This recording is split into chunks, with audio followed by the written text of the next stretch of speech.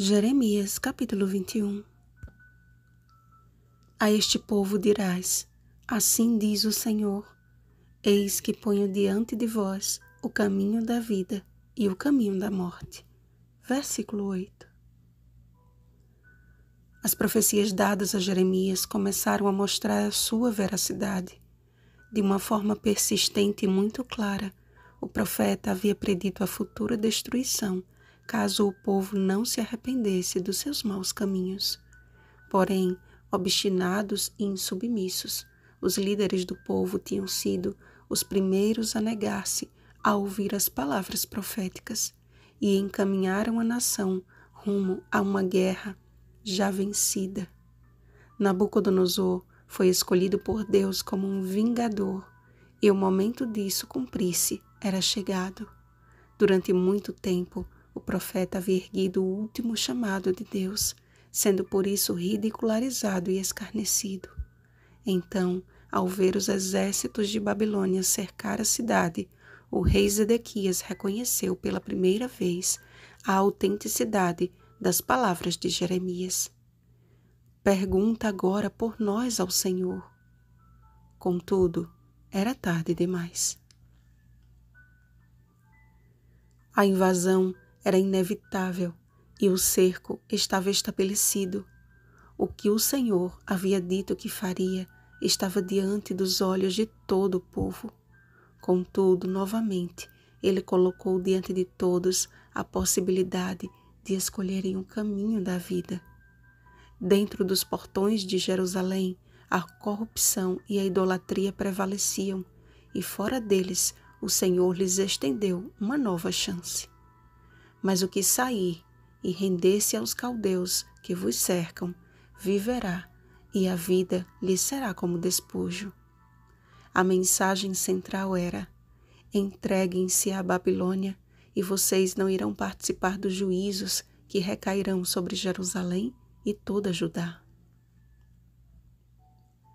A história comprova que Babilônia assumiu o governo do mundo da época e com cetro de ferro, Nabucodonosor ergueu um império que teve grande êxito por quase 70 anos.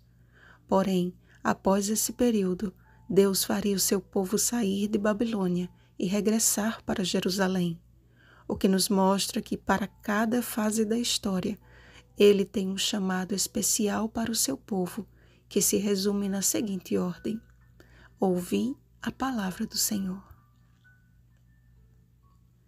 A escatologia bíblica nos revela de uma maneira evidente e historicamente contundente que as profecias para o tempo do fim iniciaram suas aplicações no ano de 1798, segundo o livro de Daniel e o livro de Apocalipse. Profecias que estudaremos mais adiante. Desde 1798, não estamos diante de uma guerra entre nações apenas, mas de um conflito que dará fim a toda a história de pecado deste planeta. E semelhante ao término do jugo babilônico, o chamado do Senhor é que os seus filhos saiam da Babilônia contemporânea. Retirai-vos dela, povo meu, para não serdes cúmplices em seus pecados e para não participardes dos seus flagelos. Apocalipse capítulo 18, versículo 4.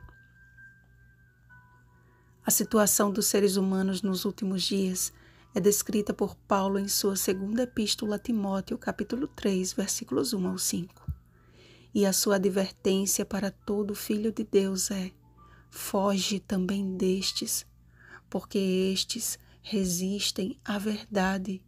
São homens de todo corrompidos na mente, réprobos quanto à fé. 2 Timóteo capítulo 3, versículos 5 e 8. Da mesma forma que os que seguiram os falsos profetas e líderes foram punidos juntamente com eles na época de Jeremias, o mesmo se dará nestes últimos dias.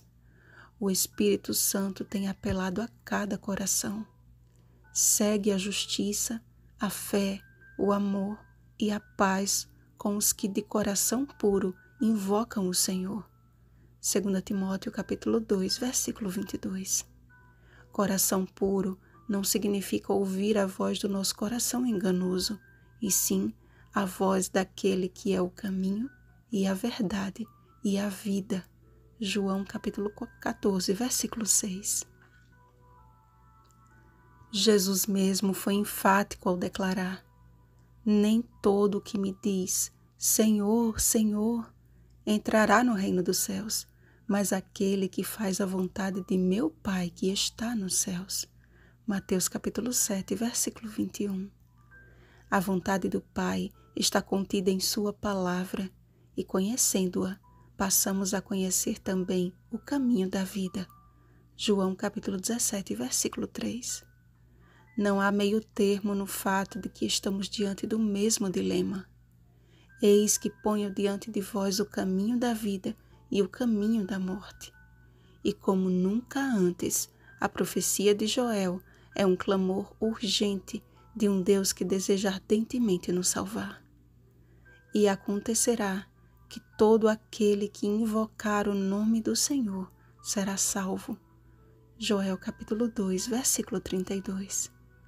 Invoquemos o nome do Senhor e Ele nos guiará pelo caminho da vida. Vigiemos e oremos. Bom dia, chamados para a salvação. Rosana Garcia Barros.